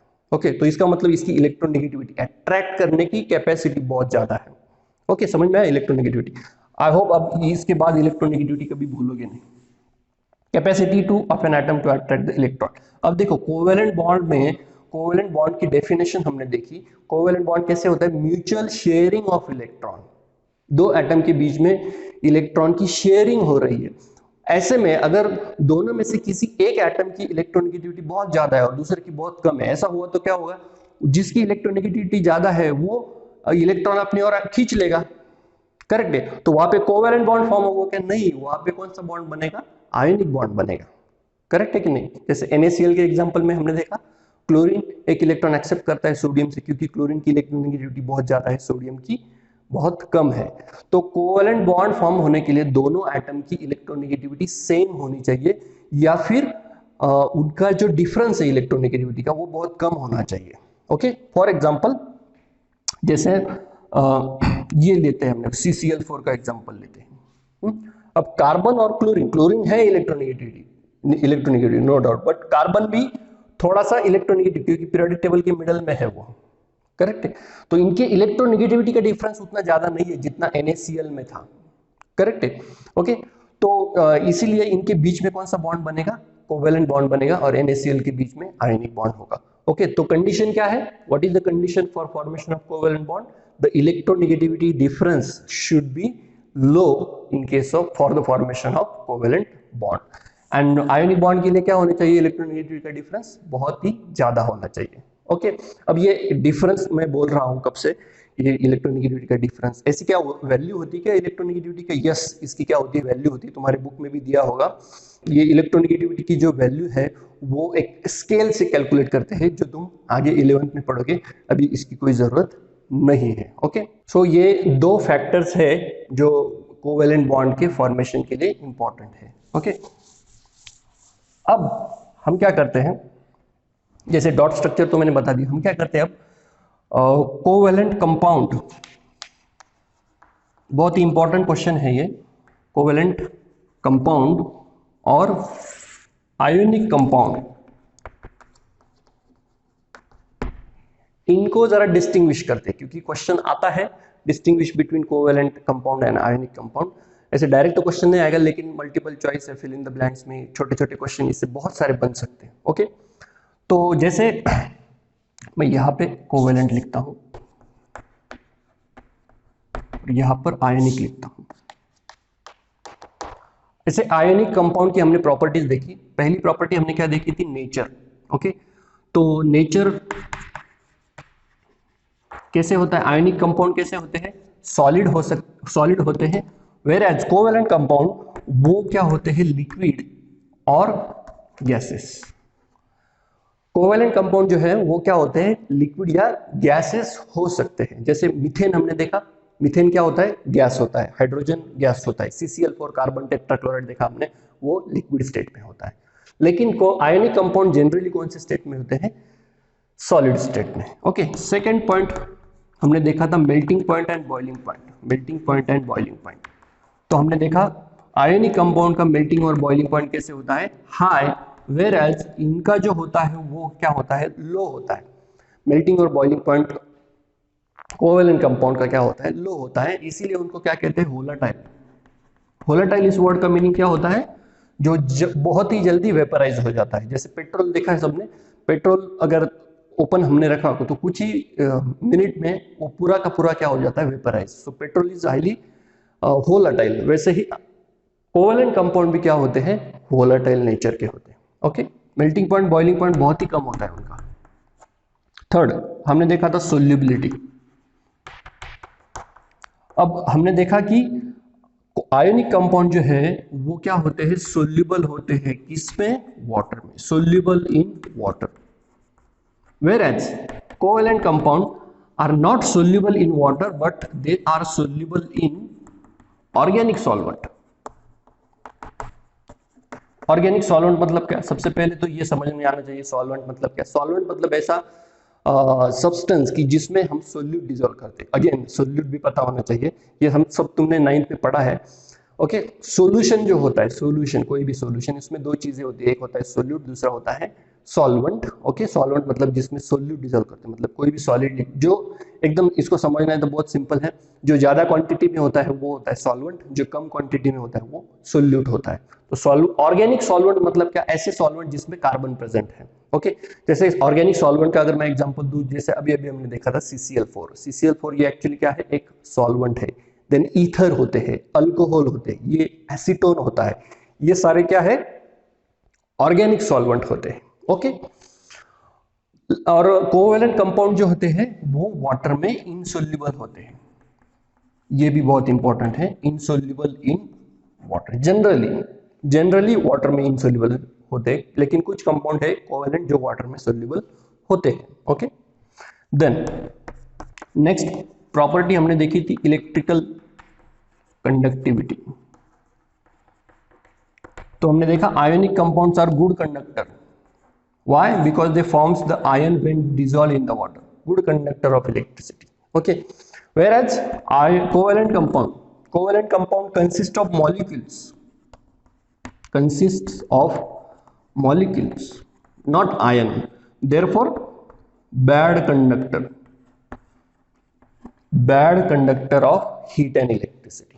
ओके, हमने देखा आयोनिक कंपाउंड जब वाटर में डिसॉल्व करते हैं हम लोग तो उससे आयन बनता है, कैटायन एनायन बनता है। ओके, तो इसीलिए वो क्या कर सकते हैं, करंट पास कर सकते हैं। क्यों, क्योंकि आयन जो है वो मूव हो सकते हैं। लेकिन कोवेलेंट कंपाउंड में ऐसे कोई आयन नहीं होते। जैसे आयन पर चार्ज होता है पॉजिटिव नेगेटिव, इसे मॉलिक्यूल है, यहाँ पर आयन नहीं है, यहाँ पर क्या होते हैं, मॉलिक्यूल। ये भी एक पॉइंट समझना है तुम लोगों को कि covalent compound consist of molecules, whereas ionic compound consist of ions. Okay, so यहाँ पर मॉलिक्यूल होने की वजह से मॉलिक्यूल पर कोई चार्ज नहीं होता, इसलिए वो बैड कंडक्टर है। ओके, तो ये 4 डिस्टिंग्विशिंग पॉइंट है जो आपको समझने हैं, याद रखने हैं। इस पर एक एक मार्क के क्वेश्चन बहुत सारे बन सकते हैं। अब कोवेलेंट कंपाउंड का टाइप्स एक बार मैं बता दूं। कोवेलेंट कंपाउंड के टाइप्स होते हैं, जैसे H2 में हमने देखा कि कैसे होता है, H ऐसे बॉन्ड होता है। CH4 में हमने देखा एक सिंगल लाइन है, मतलब यहाँ पर क्या है, this is called single covalent bond. लेकिन कुछ कंपाउंड है जैसे C2H4, इसका नाम है इथीन या इथिलीन भी बोलते हैं इसको। ये एक ऐसा स्ट्रक्चर, देखो कार्बन कार्बन के बीच में डबल बॉन्ड है और यहाँ पर हर एक कार्बन के ऊपर 2 हाइड्रोजन। अब यहाँ पे 2 लाइन दिख रही है, यहाँ पे तो एक है, इसका मतलब क्या है, ये क्या है, सिंगल कोवेलेंट बॉन्ड और ये क्या है, double covalent bond. This is called double bond. Okay, ये 11th में 12th में तो ये बस यही पढ़ना है तुम लोगों को ऑर्गेनिक केमिस्ट्री में। ओके, तो अभी के लिए सिर्फ इतना याद रखो कि कोवेलेंट बॉन्ड 2 एटम के बीच में 2 भी फॉर्म हो सकते हैं, 3 भी फॉर्म हो सकते हैं। एक फॉर्म हो सकता है, 2 हो सकते हैं, 3 भी हो सकते हैं। 3 का एग्जाम्पल क्या है, C2H2, या मैं कॉमन एग्जांपल अगर दूं तो नाइट्रोजन। नाइट्रोजन गैस सबको पता है, तो नाइट्रोजन में 2 नाइट्रोजन के बीच में ट्रिपल बॉन्ड होता है, ट्रिपल कोवेलेंट बॉन्ड होता है। अगर मैं इसका फॉर्मेशन अगर बताऊं तो नाइट्रोजन सबको पता है कि नाइट्रोजन के वैलेंस शेल में 5 इलेक्ट्रॉन होते हैं, करेक्ट है, तो ये हो गए 5 इलेक्ट्रॉन और दूसरे एटम के पास भी 5 इलेक्ट्रॉन रहेंगे, करेक्ट है। नाइट्रोजन के वैलेंस शेल में 5 इलेक्ट्रॉन। और कोवेलेंट बॉन्ड कैसे बनता है, म्यूचुअल शेयरिंग ऑफ इलेक्ट्रॉन, हर एक एटम अपना अपना एक एक इलेक्ट्रॉन शेयर करता है। तो यहाँ पे देखो ये एक बॉन्ड बन गया 2 इलेक्ट्रॉन के बीच, ये दूसरा बन गया, ये तीसरा बन गया। तो कितने बॉन्ड हो गए, कितने कोवेलेंट बॉन्ड हो गए, 3 कोवेलेंट बॉन्ड हो गए। ओके, यहाँ पे 2 कोवेलेंट बॉन्ड। यहाँ पर भी अगर देखोगे इलेक्ट्रॉन निकालोगे तो कार्बन के पास 4 इलेक्ट्रॉन है, तो ये हो गए 4 इलेक्ट्रॉन और हाइड्रोजन के पास एक एक इलेक्ट्रॉन, करेक्ट।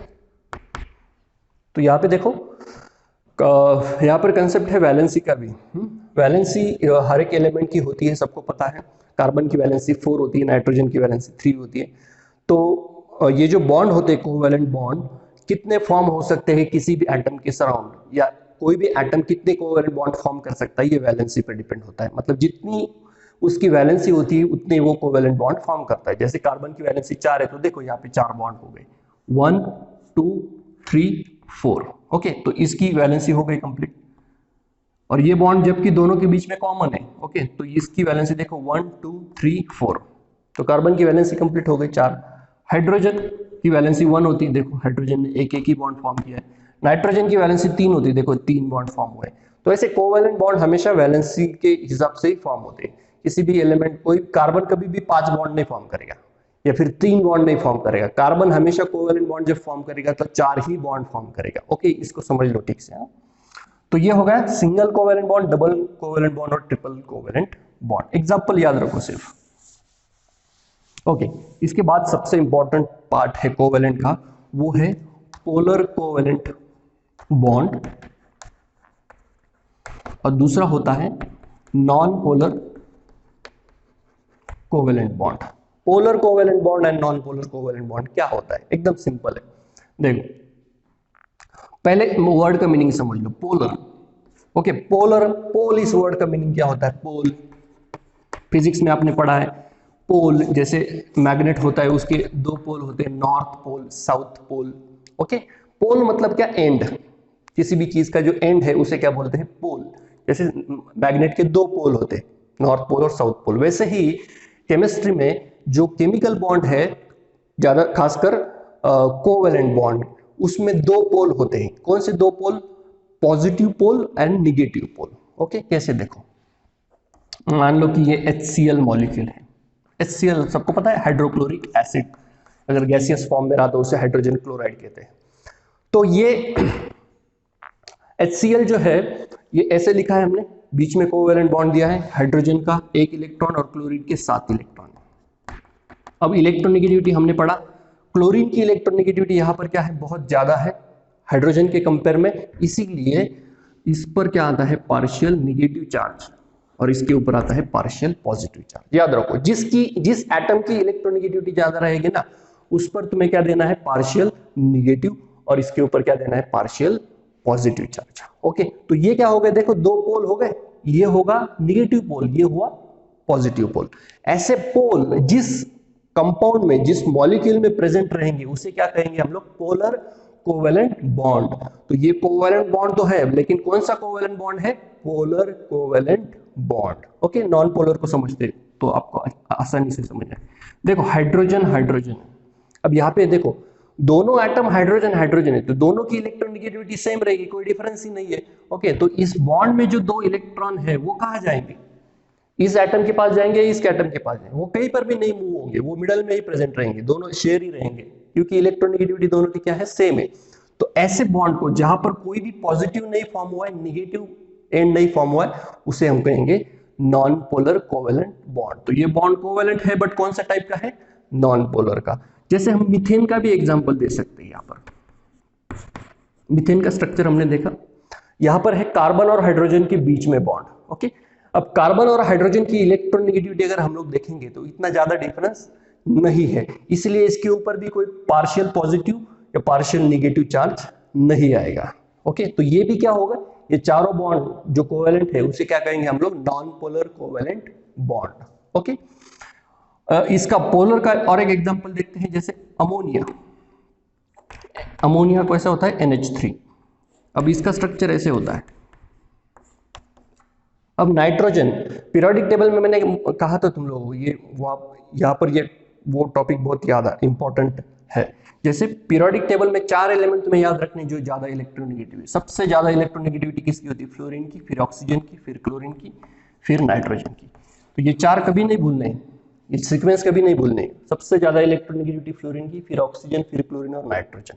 तो ये 4 एलिमेंट जहां जहां पर आएंगे और इन 4 एलिमेंट ने जहां जहां पर कोवेलेंट बॉन्ड फॉर्म किया है वो हमेशा पोलर कोवेलेंट बॉन्ड फॉर्म करेंगे। कैसे, देखो मैंने यहाँ पे Cl लिया था, Cl है इस लिस्ट में, इस लिस्ट में Cl है, तो Cl ने कौन सा बॉन्ड फॉर्म किया, पोलर कोवेलेंट।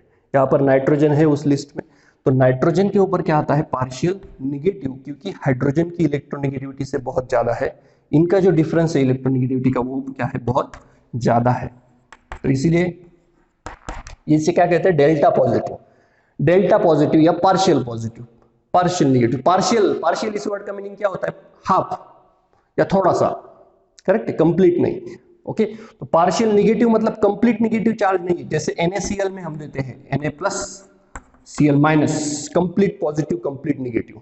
ओके, लेकिन वहां पर यहां पर ऐसा नहीं है NaCl के जैसा, यहां पर पार्शियल है, मतलब थोड़ा सा नेगेटिव चार्ज, थोड़ा सा पॉजिटिव चार्ज। ओके, लेकिन डिफरेंस है।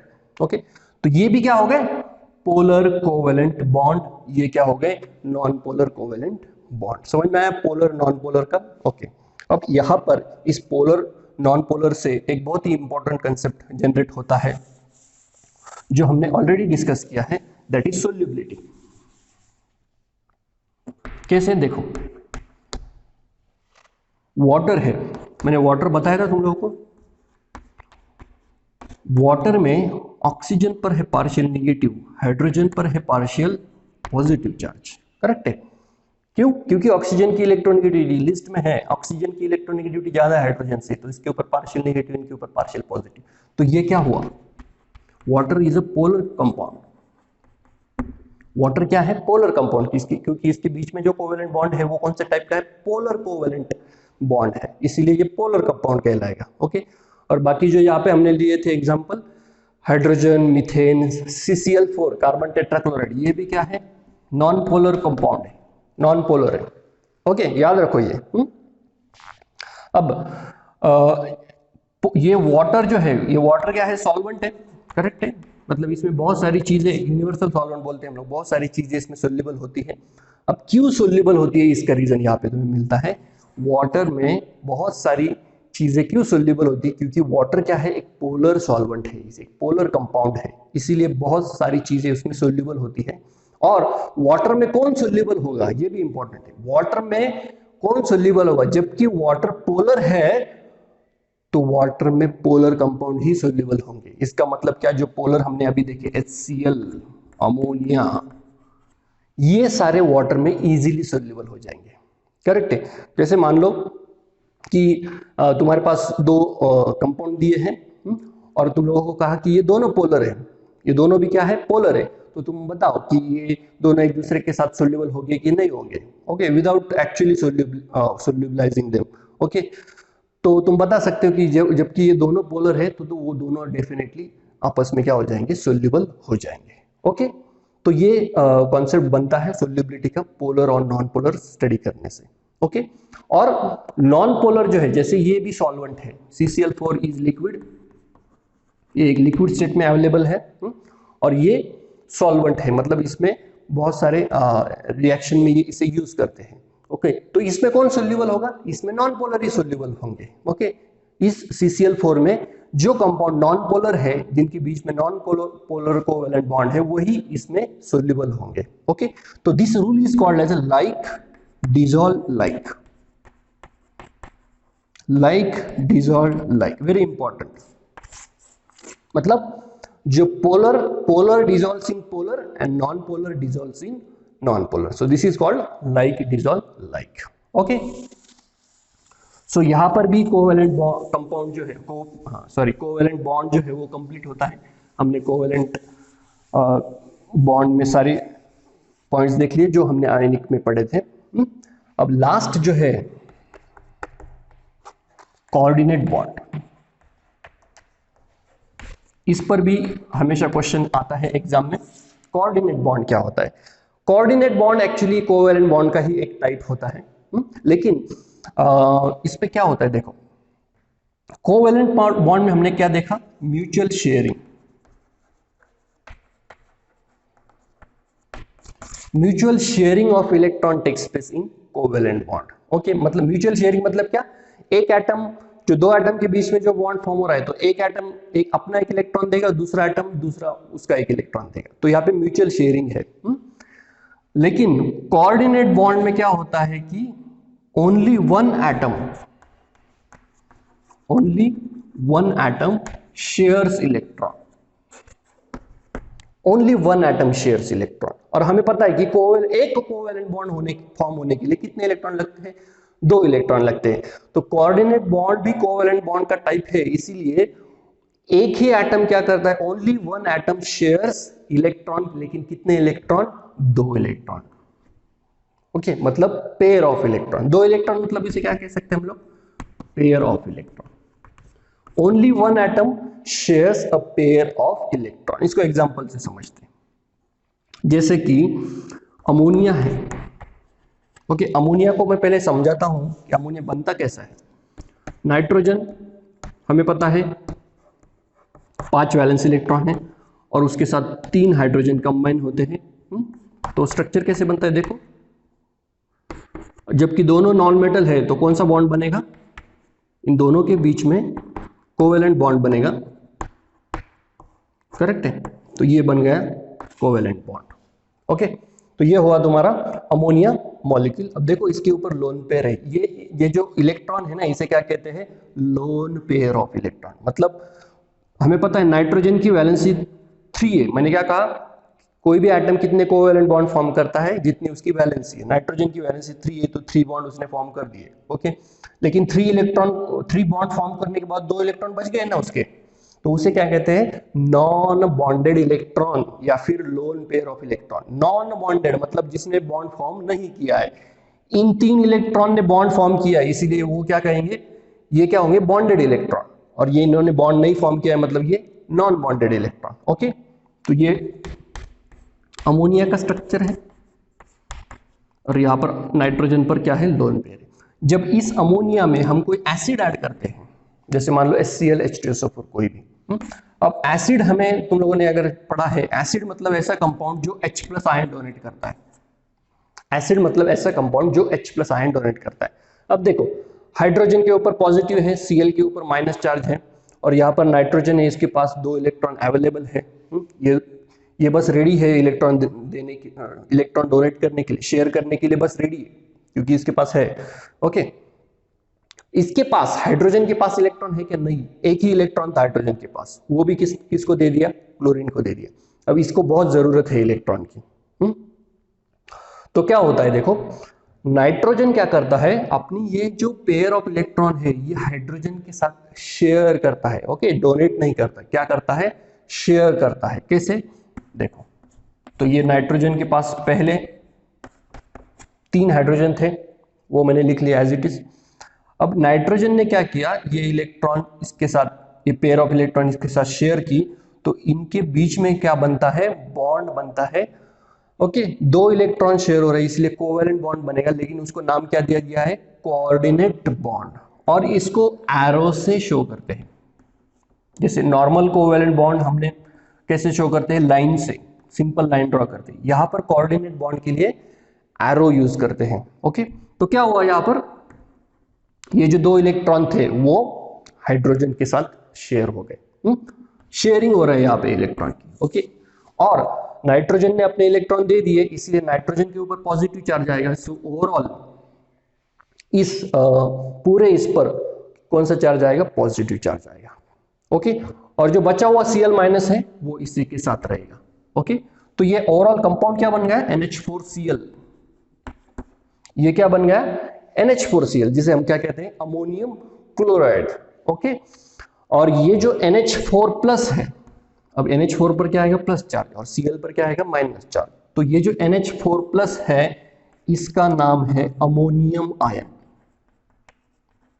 अमोनिया से बना है इसीलिए अमोनियम, और आयन क्योंकि उसके ऊपर पॉजिटिव चार्ज, अमोनियम आयन। तो एग्जाम में क्वेश्चन आएगा, show the formation of ammonium ion. Okay, 2 mark के लिए क्वेश्चन आएगा। तो कैसे करोगे, ये जैसे मैंने यहाँ पे ड्रॉ किया है वैसे ही तुम्हें ड्रॉ करना है, 2 मार्क मिल जाएंगे, सिंपल एकदम। 2 मार्क मिल जाएंगे। Show the formation of ammonium ion, ये बस ये ड्रॉ कर देना है। ओके, ये एक एग्जांपल हुआ। अब इसमें देखो कौन सा बॉन्ड हुआ, ये हुआ कोऑर्डिनेट बॉन्ड, और ये हो गए कोवेलेंट बॉन्ड। लेकिन साइमल्टेनियसली देखो यहाँ पर पॉजिटिव और निगेटिव आयन भी बन रहा है, पार्शियल नहीं है, ये कंप्लीट पॉजिटिव निगेटिव है। तो पॉजिटिव निगेटिव के बीच में कौन सा बॉन्ड बनता है, आयनिक बॉन्ड, इलेक्ट्रोवैलेंट बॉन्ड। तो यहां पर इस एग्जांपल में तीनों बॉन्ड प्रेजेंट है। कौन से, कोवेलेंट प्रेजेंट है, कोऑर्डिनेट प्रेजेंट है, और इन दोनों के बीच में, मतलब ये पूरा और Cl माइनस के बीच में क्या प्रेजेंट है, आयनिक बॉन्ड प्रेजेंट है। तो एग्जाम में क्वेश्चन आता है, मल्टीपल चॉइस में आ सकता है कि the compound in which all 3 types of bonds are present. Okay, तो इसका एग्जाम आंसर है NH4Cl। ओके, तो तुम्हारे टेक्स्ट बुक में सिर्फ 2 एग्जांपल है कोऑर्डिनेट बॉन्ड के। ओके, तो पहला तो हमने देख लिया अमोनियम क्लोराइड, अमोनियम आयन। दूसरा है हाइड्रोनियम आयन। अब हाइड्रोनियम आयन क्या होता है देखो, जैसे वहां पर हमने वाटर लिया था, सॉरी अमोनिया लिया था, अब हम क्या लेंगे, वाटर, और उसमें भी क्या ऐड करेंगे, HCl ऐड करेंगे। HCl कैसे होता है, H प्लस Cl माइनस। अब वाटर का स्ट्रक्चर अगर देखोगे तो इधर ध्यान दो, वाटर का स्ट्रक्चर मैं यहाँ पे ड्रॉ करता हूँ। ऑक्सीजन के पास कितने इलेक्ट्रॉन है, बोलो 6 इलेक्ट्रॉन। तो ये मैंने 6 इलेक्ट्रॉन दिखाए। 2 हाइड्रोजन है, तो हाइड्रोजन का एक इलेक्ट्रॉन, ये क्या बन गया, ये बन गया वाटर। लेकिन यहां पर देखो ऑक्सीजन के पास 6 इलेक्ट्रॉन थे, सिर्फ 2 इलेक्ट्रॉन, क्योंकि ऑक्सीजन की वैलेंसी कितनी है, 2 है, तो 2 बॉन्ड फॉर्म कर दिए, 2 इलेक्ट्रॉन यूज हो गए, ये 4 इलेक्ट्रॉन बच गए ना। ओके, तो इसे क्या कहेंगे हम, नॉन बॉन्डेड इलेक्ट्रॉन या फिर लोन पेयर ऑफ इलेक्ट्रॉन। तो वाटर में ऑक्सीजन के पास कितने लोन पेयर है, 2 लोन पेयर है, इसका मतलब 4 इलेक्ट्रॉन प्रेजेंट है। ओके, तो यही स्ट्रक्चर मैं यहां पे ड्रॉ करता हूं। तो ये हो गई पहली लोन पेयर, ये हो गई दूसरी लोन पेयर, कहीं पे भी शो कर सकते हो। तो क्या करता है, ऑक्सीजन अपनी एक लोन पेयर, सिर्फ एक लोन पेयर हाइड्रोजन के साथ शेयर करता है। ओके, और कैसे बनेगा, ये पहले वाले 2 हाइड्रोजन वैसे ही एक लोन पेयर, क्योंकि 2 लोन पेयर थे, एक सिर्फ एक ही यूज हुई, एक वैसे ही रहेंगी। और ये क्या बनेगा, कोऑर्डिनेट बॉन्ड, जिसे हम एरो से शो करते हैं। तो ऑक्सीजन ने इलेक्ट्रॉन दे दिया है ना, तो इसके ऊपर पॉजिटिव चार्ज आएगा ऑक्सीजन के ऊपर, तो ये हम एरो के ब्रैकेट पूरा ड्रॉ करके ये करते हैं, और बाहर क्या आएगा, Cl माइनस। ओके, तो ये होगा तुम्हारा हाइड्रोनियम आयन।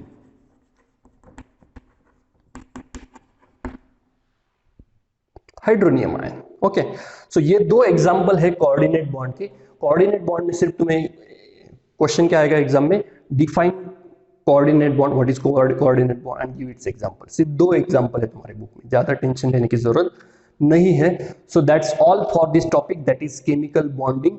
ओके, सारा हमने कवर कर लिया है जितना हो सकता है। क्वेश्चंस भी कुछ मैंने बताया कि कौन से क्वेश्चन आ सकते हैं प्रोबेबल।